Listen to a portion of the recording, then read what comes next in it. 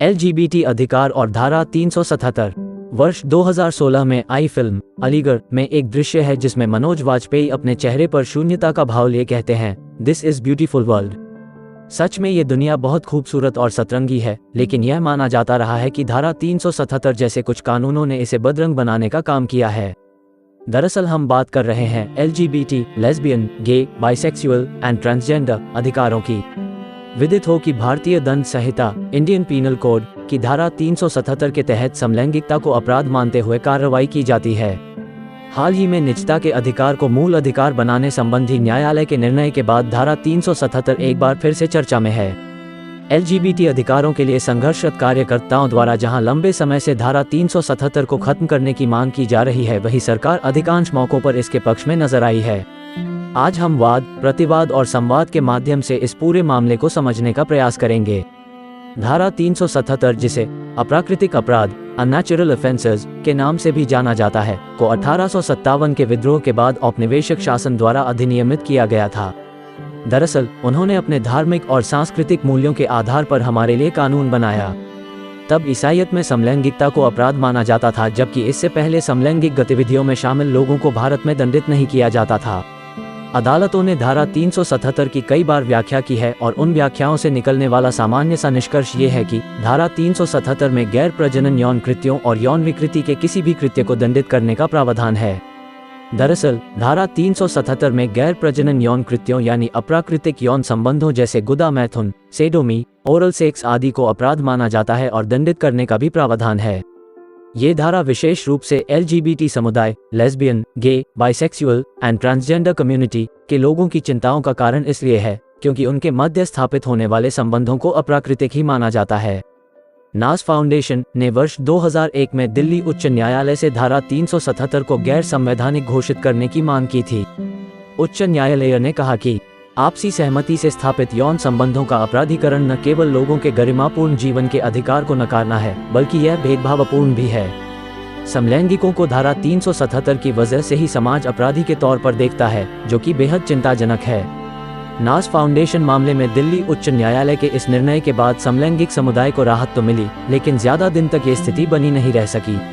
दिसंबर 2013 में सुरेश कुमार कौशल बनाम नास फाउंडेशन मामले में फैसला सुनाते हुए सर्वोच्च न्यायालय ने दिल्ली उच्च न्यायालय के फैसले को पलटते हुए दोबारा इस धारा को इसके मूल स्वरूप में ला दिया। दरअसल समस्या इसलिए और गंभीर हो गई है क्योंकि धारा 377 के प्रावधानों का सहारा लेते हुए समलैंगिकों को उनके अधिकारों से वंचित किया जा रहा है। हाल ही में निजता को मूल अधिकार बनाए जाने के मामले की सुनवाई के दौरान उच्च न्यायालय ने कहा कि सुरेश कौशल मामले में निजता के अधिकार को मौलिक अधिकार मानते हुए सुनवाई नहीं की गई थी। अतः यह माना जा रहा है कि सुरेश कौशल मामले की संवैधानिकता को चुनौती देने वाले किसी मामले के बस नजर में आने भर की देर है और सर्वोच्च न्यायालय इसे प्रभावहीन बना देगा। विदित हो कि सुरेश कौशल मामले में निर्णय आने का बाद से ही बड़ी संख्या में ऐसे मामले सामने आए हैं जहां समलैंगिकों को उनके परिचितों और पुलिस द्वारा ब्लैकमेल किया जा रहा है। पिछले 3 वर्षों में इस तरह के मामलों की संख्या कुछ ज्यादा ही बढ़ गई है। दरअसल समाज की मानसिकता ऐसी है कि समलैंगिकों को अपमान और भयानक तनाव से गुजरना पड़ा है। ब्रिटिशर्स जिन्होंने की इस कानून लागू किया, उन्होंने 1960 के दशक में ही इससे छुटकारा पा लिया। हालांकि अधिकांश लोगों को ब्रिटिश हुकूमत से आज़ादी मिल गई, लेकिन LGBT समुदाय धारा 377 के कारण अभी भी गुलाम रहने को अभिशप्त है। अतः ये जरूरी है इस कानून को जल्द से जल्द खत्म किया जाए। प्रतिवाद। धारा 377 एक औपनिवेशिक विरासत होने के नाते गहन आलोचना का विषय रहा है। माना जाता है कि यह एक ऐसा कानून है जिसका पुलिस द्वारा दुरुपयोग किया जाता है और जो व्यक्ति की चयन करने की स्वतंत्रता के खिलाफ है। किसी कानून का केवल दुरुपयोग किया जाना ही उस कानून को खत्म करने का आधार नहीं बन सकता है। नास फाउंडेशन मामले में दिल्ली उच्च न्यायालय ने भले ही इस कानून को कुछ मूल अधिकारों का उल्लंघन करने वाला माना था, लेकिन साथ में ये भी कहा था कि असहमति के बावजूद अप्राकृतिक यौनाचार और नाबालिग के साथ सहमति या असहमति से स्थापित अप्राकृतिक यौन संबंधों को इस धारा के अंतर्गत अपराध माना जाएगा। सभी धर्मों में समलैंगिकता को पाप माना गया है। इसे प्रकृति के आदेश के विरुद्ध आचरण माना गया है और ऐसा करने वाला व्यक्ति अपराधी माना जाता है। हालांकि 19वीं शताब्दी के अंत में एक मजबूत राय सामने आई कि यह एक बीमारी है और किसी व्यक्ति को इसके लिए दोषी नहीं ठहराया जाना चाहिए। अभी कुछ दशकों पहले इस अवधारणा को बल मिला है कि कुछ लोगों में समान लिंग के व्यक्तियों के प्रति आकर्षण एक जन्मजात लक्षण है, अतः यह न तो अनैतिक है और न ही कोई बीमारी है।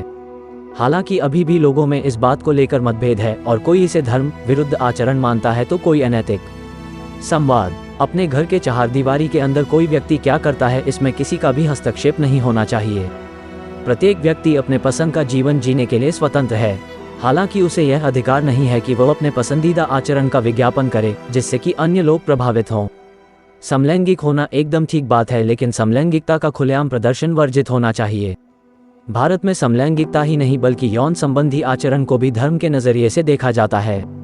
प्रायः सभी धर्मों में विवाह पूर्व और समलैंगिक यौन संबंधों की मनाही है, लेकिन हम एक सभ्य और गणतांत्रिक देश में रह रहे हैं जहां संविधान के कायदे कानून लागू होते हैं, न कि किसी धर्म के।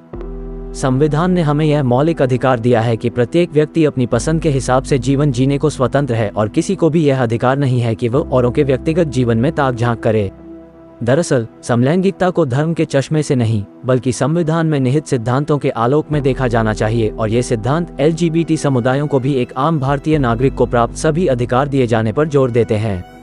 हालांकि इसका अर्थ यह नहीं है कि कोई कुछ भी कर सकता है। जिस तरह से एक मांसाहारी व्यक्ति किसी शाकाहारी के ऊपर मांसाहार नहीं थोप सकता, ठीक उसी तरह समलैंगिकता भी थोपी नहीं जानी चाहिए। भाव ये होना चाहिए कि कोई समलैंगिक नहीं है, ठीक है, कोई समलैंगिक है, ये भी ठीक है। निष्कर्ष। दरअसल वाद प्रतिवाद और संवाद के तहत वर्णित सभी बिंदुओं के निहितार्थ समलैंगिकता को जायज़ या नाजायज़ मानने से संबंधित हैं। यहाँ एक अहम सवाल ये है कि क्या धारा 377 के खत्म हो जाने से भारत में LGBT अधिकार अपनी परिणति को प्राप्त होंगे? क्या इसके खत्म होने से लोग निजता का सम्मान करने लगेंगे? क्या धारा 377 किसी अन्य रूप में आवश्यक भी है? निम्नलिखित कुछ बिंदुओं के माध्यम से हम इन सवालों का उत्तर खोजने का प्रयास करेंगे। 1. दरअसल धारा 377 व्यक्ति की यौन आचरण से संबंधित है। इसके प्रावधान कुछ ऐसे हैं कि समलैंगिकों के विरुद्ध इसका दुरुपयोग आसान हो जाता है। इसमें कोई शक नहीं है कि इस धारा के खत्म हो जाने से समलैंगिकों को कम प्रताड़ित किया जाएगा, लेकिन असली सुधार तब आएगा जब समाज की मानसिकता में बदलाव देखने को मिलेगा। 2.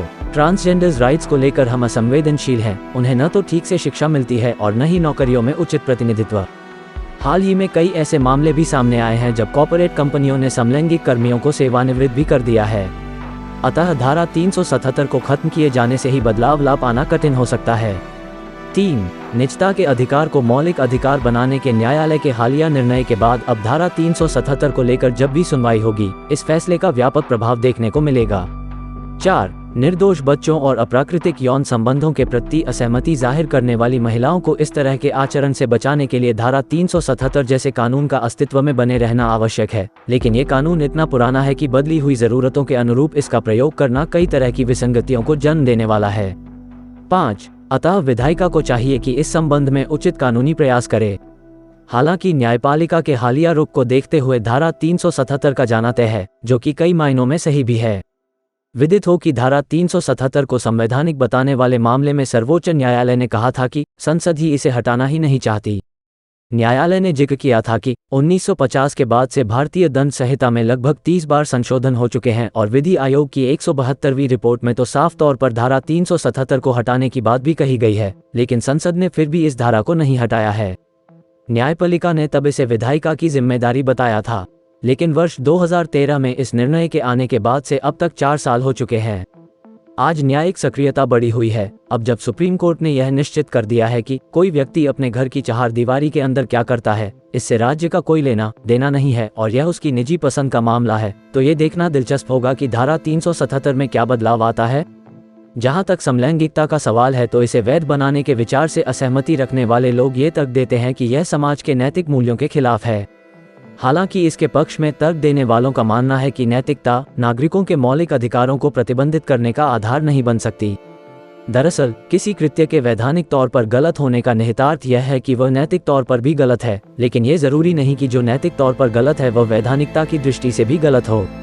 नैतिक तौर पर गलत कृत्य तभी वैधानिक तौर पर गलत हो सकता है जब ये समाज को प्रभावित करता हो।